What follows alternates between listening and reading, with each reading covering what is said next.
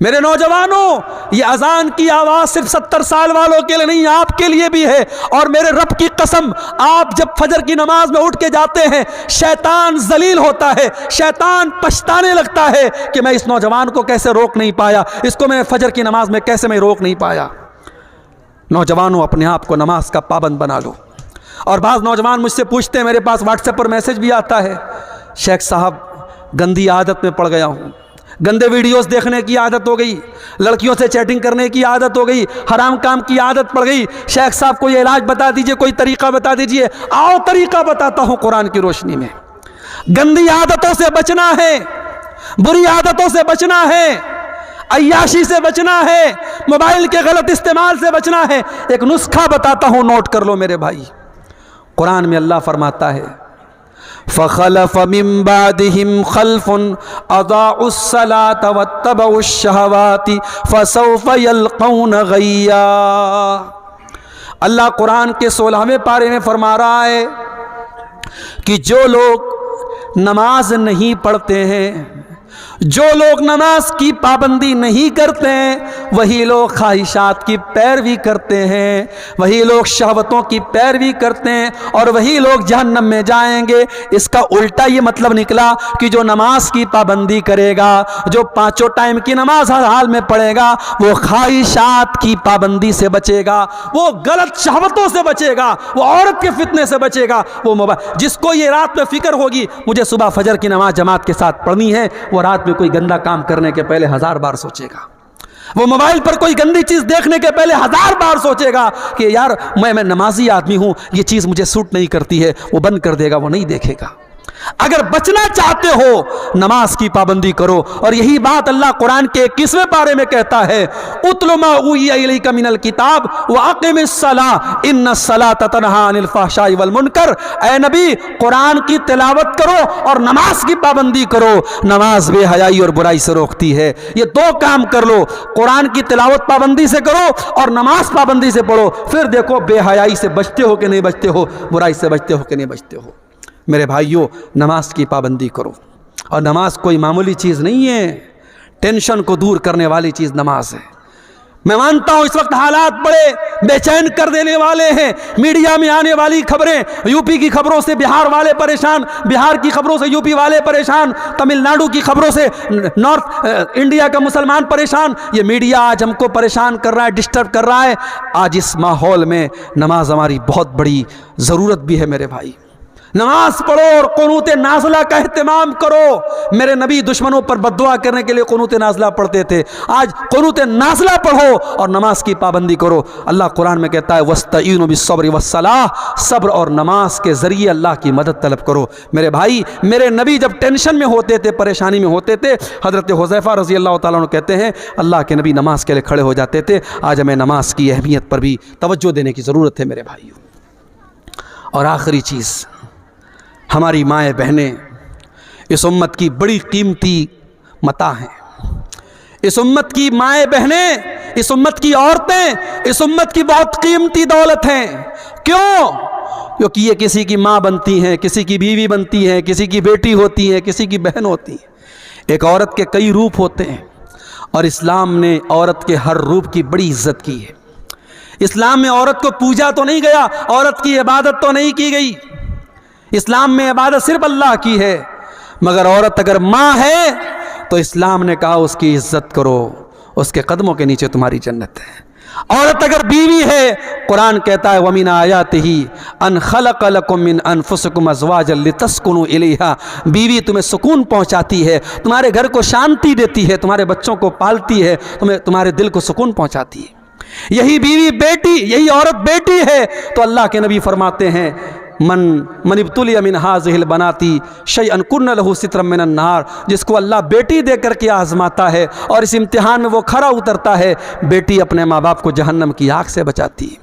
یہی عورت جب بہن بنتی ہے، اللہ کے نبی فرماتے ہیں جس کی 3 بہنیں ہوں اور ان بہنوں کی صحیح دیکھ بھال کرے، صحیح پرورش کرے، ان کا صحیح جگہ شادی کر دے، کن لہو سترا من النار، وہ بیٹیاں اپنے بھائیوں، وہ بہنیں اپنے بھائیوں کے لیے نجات کا ذریعہ بن جاتی ہیں۔ میرے بھائیوں، عورت کا ہر روپ اسلام کی نظر میں بڑا قیمتی ہے، مگر آج ہماری ماں بہنوں کو بھی سوچنا پڑے گا کہ آج وہ کہاں کھڑی ہے۔ آج جب ہم اللہ کی قسم انسٹاگرام پر اور فیس بک پر اور واٹس ایپ پر جب کسی مسلمان عورت کو بے حیائی میں کے کام میں دیکھتے ہیں تو ہمیں ڈبل تکلیف ہوتی ہے۔ بے حیائی کا کام کوئی بھی عورت کرے یہ تکلیف کی بات ہے، مگر مسلمان عورت کرے تو یہ ڈبل تکلیف کی بات ہے، کہ ہماری قوم کی لڑکی، ہماری قوم کی بہن ہے۔ ابھی بھاگلپور میں اترا، ایک غیر مسلم، دیکھنے میں بظاہر ایک غیر مسلم لڑکا تھا، دیکھا اس کے ساتھ ایک عورت بالکل چپک کر کے بیٹھی ہے، باتیں کر رہی ہے۔ کچھ دیر کے بعد موبائل پر فون آیا میرے سامنے، اس نے سامنے والے سے بات کر کے السلام علیکم کہا۔ کپڑے سے نہیں لگا مسلمان ہے، اس کے چہرے پر جو اسکارف بنا ہوا تھا اس سے نہیں لگا مسلمان ہے، لیکن جب فون پر اس نے السلام علیکم کہا مجھے پتہ لگ گیا مسلمان ہے۔ مجھے بڑی تکلیف ہوئی کہ یہ مسلمان لڑکی کسی غیر مسلم لڑکے کے ساتھ اس طریقے سے آٹو پہ ٹوٹو پہ بیٹھ کے کیا کر رہی ہے۔ یہ حالات آج ہماری قوم کے ہیں۔ میری ماں اور بہنوں، آج آپ کو اپنی ذمہ داری کو سمجھنا پڑے گا۔ آج آپ کو بے حیائی اور بے غیرتی کے اس طوفان کا مقابلہ کرنا ہے، اس کا شکار نہیں بننا ہے۔ عورت بڑی قیمتی چیز بھی ہے اور شیطان کا بہت بڑا ہتھیار بھی ہے۔ اللہ کے نبی فرماتے ہیں الدنیا کلھا متاع وخیر متاع الدنیا المرأۃ الصالحہ، دنیا کی سب سے قیمتی دولت نیک عورت ہے۔ اور اللہ کے نبی یہ بھی فرماتے ہیں المرأۃ عورۃ، عورت پردے میں رہنے کی چیز ہے۔ فاذا خرجت، جب یہ عورت گھر سے نکلتی ہے استشرفها الشیطان، تو شیطان کا شکار بن جاتی ہے، شیطان کا آلہ بن جاتی ہے۔ اس لیے میری ماں اور بہنوں، آپ دو دھاری کھنجر ہیں، آپ کے ذریعے اچھا کام بھی ہو سکتا ہے اور آپ کے ذریعے سماج کو بگاڑا بھی جا سکتا ہے۔ اب یہ آپ طے کر رہے ہیں آپ کو کیا کرنا ہے۔ اور مردوں سے میں گزارش کروں گا کہ آپ کے گھر کی عورتیں کیا پہن رہی ہیں، کس حالت میں نکل رہی ہیں، یہ دیکھنا آپ کی ذمہ داری۔ آپ دیوس نہ بنے، آپ بے غیرت نہ بنے۔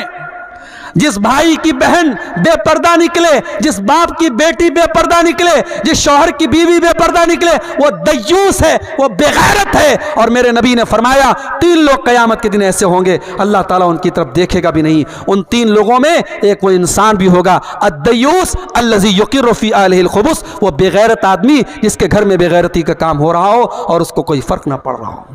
میرے بھائیوں، بے غیرتی اللہ کو پسند نہیں، اللہ غیرت والا ہے، اللہ کو بے غیرت لوگ پسند نہیں ہیں۔ اس لیے اپنے گھروں میں غیرت کا ماحول پیدا کرو۔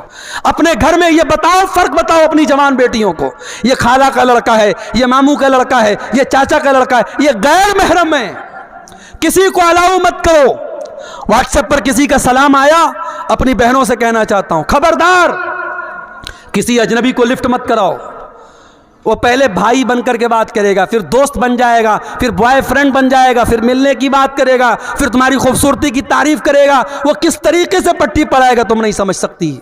اس لیے خبردار، ہوشیار، یہ فیس بک، یہ واٹس ایپ، یہ چیٹنگ کے جتنے راستے ہیں یہ زناکاری اور بدکاری کی طرف لے کے جاتے ہیں۔ مسلمان لڑکی اگر موبائل استعمال کرتی ہے بہت ہوشیار رہے، کسی کو اپنے پرسنل ان باکس میں آنے کی اجازت نہیں۔ کوئی نئے نمبر سے کوئی بھی اجنبی آپ کو میسج کرنے کی کوشش کرے ترنت بلاک کا آپشن کرو، بلاک کر دو اس کو۔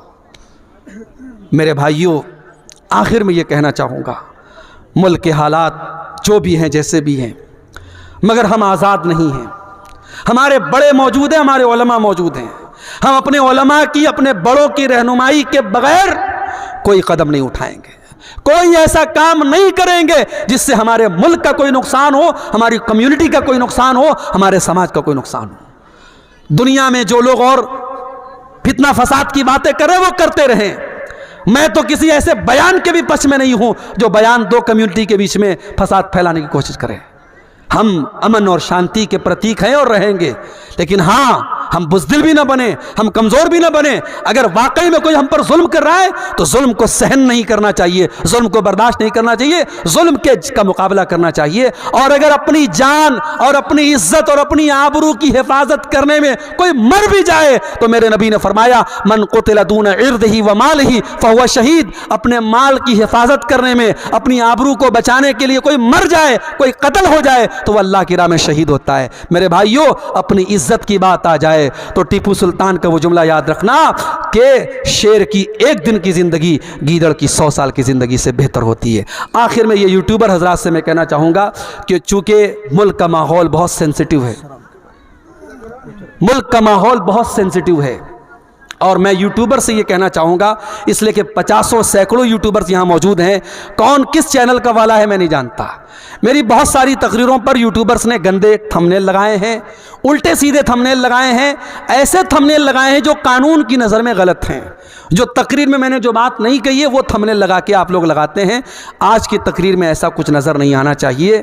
میں نے آپ کو وضاحت کر دی ہے، آج کی تقریر میں ایسا کچھ اگر نظر آیا تو میں آپ کے خلاف ایکشن لوں گا۔ ابھی ہمارے بھائی نے ایک بات کہی کہ شراب کے اوپر بھی تھوڑا سا بول دیجئے۔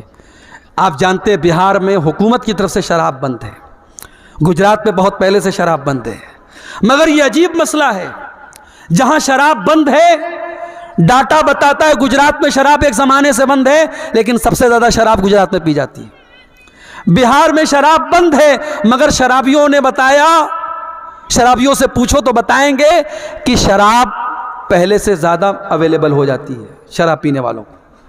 تو دیکھو قانون کے ڈنڈے سے شراب نہیں رک رہی ہے، قانون کے ڈنڈے سے شراب نہیں رک رہی، کس سے روکے گی؟ ایمان کی طاقت سے روکے گی۔ قرآن کی آیت اتری کس ماحول میں؟ جس ماحول میں شراب پانی کی طرح لوگ پیتے تھے، ہر دسترخوان پہ شراب رہتی تھی، اور اسی لیے شراب اکٹھے حرام نہیں ہوئی، شراب 3 اسٹیپ میں حرام ہوئی۔ پہلے اللہ نے سورہ بقرہ کی آیت نازل کی، یسألونک عن الخمر والمیسر قل فیہما اسم کبیر ومنافع للناس واثمہما اکبر من نفعہما۔ اے نبی لوگ آپ سے شراب کے بارے میں پوچھتے ہیں، جوا کے بارے میں پوچھتے ہیں، اے نبی آپ بتا دیجئے کہ شراب اور جوا میں کچھ فائدہ ہے لیکن زیادہ نقصان ہے، اس کا نقصان زیادہ ہے، فائدہ کم ہے۔ اب یہ شراب میں کیا فائدہ تھا؟ شراب پینے والے کہا کرتے تو اس کو پی کر کے ہمارے اندر طاقت آ جاتی ہے، جوا کھیلنے والے کہتے تھے جوا کھیل کر کے ہم راتوں رات امیر بن جاتے ہیں۔ تو اللہ نے کہا چلو فائدہ ہے لیکن نقصان زیادہ ہے، شراب پی کے تم بہت غلط کام کرتے ہو، جوا کھیل کے بہت غلط کام کرتے ہو۔ یہ پہلی آیت اتری۔ دوسری آیت اتری سورہ نساء کے اندر، اللہ نے فرمایا لا تقربوا الصلاۃ وانتم سکارا، دیکھو شراب پی کر کے نماز کے قریب مت جاؤ۔ پھر تیسری آیت اتری سورہ مائدہ کی، انما الخمر والمیسر والانصاب والازلام رجس من عمل الشیطان، شراب، جوا اور پانسے کے تیر اور غیر اللہ کے آستانے یہ سب گندے کام ہیں، شیطان کے کام ہیں۔ جب یہ آیت اتری صحابہ کرام شراب پی رہے تھے، جیسے ہی قرآن کی یہ آیت اتری اور نبی نے آگے بتایا کہ ایسی آیت اتری ہے، صحابہ نے اپنے گھر سے شراب کے سارے برتن نکال نکال کے توڑ کے پھینک دیے، شراب پورے مدینہ کی گلیوں میں پانی کی طرح بہہ گئی۔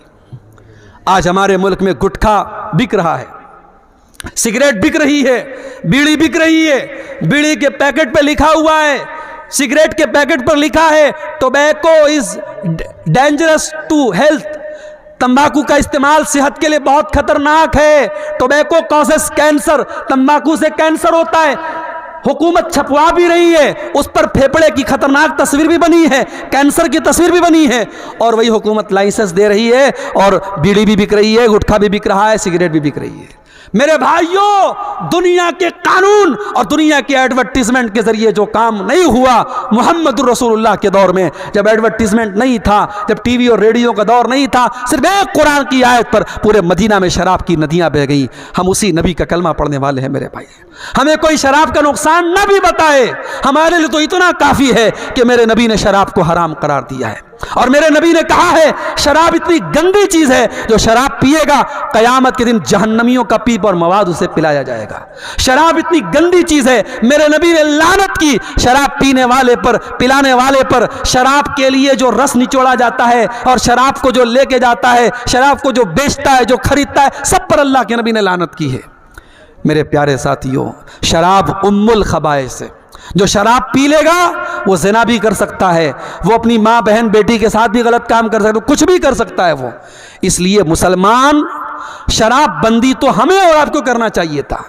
مجھے یاد ہے ہریانہ کے گاؤں میں مسلمانوں نے یہ فیصلہ کیا تھا کہ ہمارے یہاں شادی میں 1 پیسہ جہیز کا نہیں لیا جائے گا۔ اور لڑکی کی شادی سمپل طریقے سے ہوگی, کوئی بارات نہیں آئے گی, اور کوئی بارات لے کے جائے گا, کوئی جہیز لے گا تو پورا گاؤں اس کا بہشکار کرے گا. آج یہ مثال ہریانہ میں موجود ہے, میڈیا میں اس کو بہت بیان کیا گیا. میں چاہتا ہوں آپ کے گاؤں میں, آپ کے علاقے میں بھی اس طریقے کی تحریک چلے کہ ہمارے گاؤں کا جو شراب پیے گا ہم گاؤں سے اس کا بائیکاٹ کر دیں گے. آپ ایسی کوشش کریں, انشاءاللہ جب آپ شراب بندی کریں گے تو پوری ملک کے لیے مثال بنے گی میرے بھائی. جو کام قانون کے ڈنڈے سے سمبھو نہیں ہے وہ مذہب کے ذریعے اور ایمان کے ذریعے سمبھو ہے.